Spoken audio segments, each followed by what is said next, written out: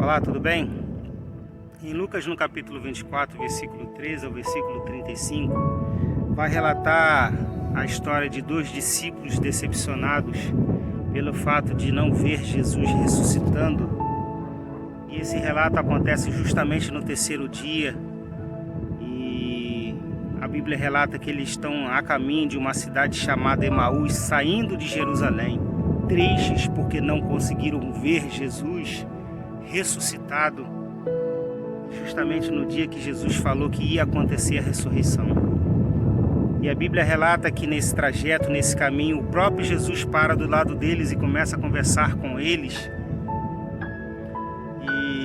e chega até o povoado de destino deles, que era um povoado chamado Emaús, e ele faz menção como se fosse adiante. Esses dois discípulos, sem reconhecer Jesus, ele acaba convidando Jesus para entrar dentro da casa, e na refeição Jesus dá graças pelaquela refeição e parte o pão, e nesse momento eles acabam reconhecendo Jesus.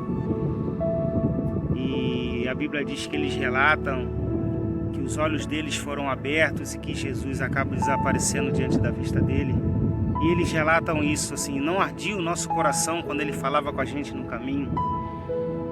E eu refletindo sobre isso, me fez ver o quanto que eu sou parecido com esses dois homens. Por quê?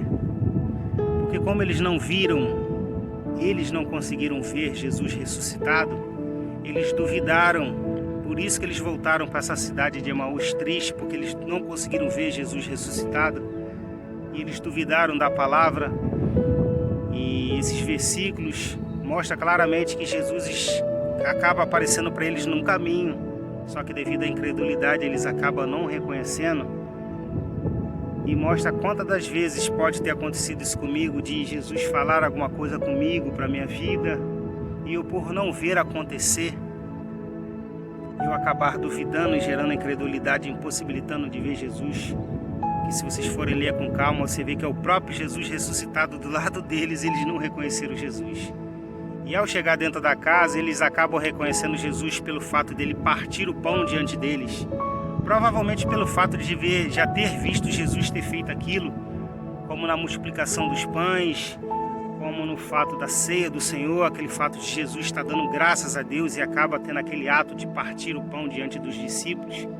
Então, nesse ato, eles acabam reconhecendo Jesus e Jesus acaba sumindo diante da vista deles. Mas é outro ponto que me chama a atenção, que a Bíblia diz assim: não ardiu, eles dizendo, né? Não ardia o nosso coração quando ele falava com a gente no caminho.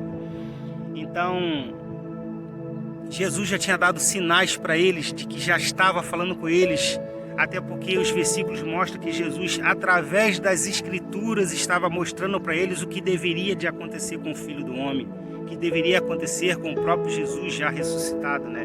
Como o protocolo já deveria estar se cumprindo. Então, esses dois relatos me chamou muita atenção, porque pelo fato de eu não ver, não indica que não aconteceu.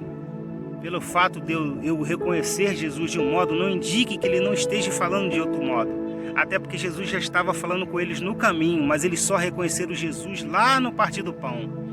Então, que esses dois sinais que foram para mim um exemplo, que até que eu pudesse prestar mais atenção da maneira como Jesus fala, até porque ele não fala só no modo de partir o pão, ele fala com a gente na maneira, nas Escrituras, no caminho da nossa jornada. Então, que nós possamos ficar mais atentos com esses sinais. Quando Deus falar alguma coisa conosco, quando Jesus usar alguém para falar conosco, não é pelo fato da gente não ver que aconteceu o que não aconteceu. Igual esses discípulos, eles não viram, mas Jesus já estava ressuscitado falando com eles. E que a gente não possa canalizar só de uma forma, que a maneira como a gente entende que Jesus fala com a gente. Como eles reconheceram só no partir do pão, mas Jesus já estava falando com ele no caminho. Então Jesus várias vezes na nossa jornada, nos nossos caminhos da vida, Jesus vai estar falando conosco.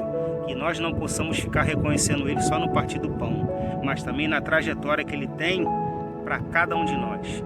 E esses versículos que depois vocês podem meditar com calma, Lucas 24, 13 ao 35, que possa abrir o entendimento de vocês como abriu o meu também. Deus abençoe, gente. Vocês possam ficar com essa manhã abençoada, cheia da presença do nosso querido amigo Espírito Santo. Pai seja convosco.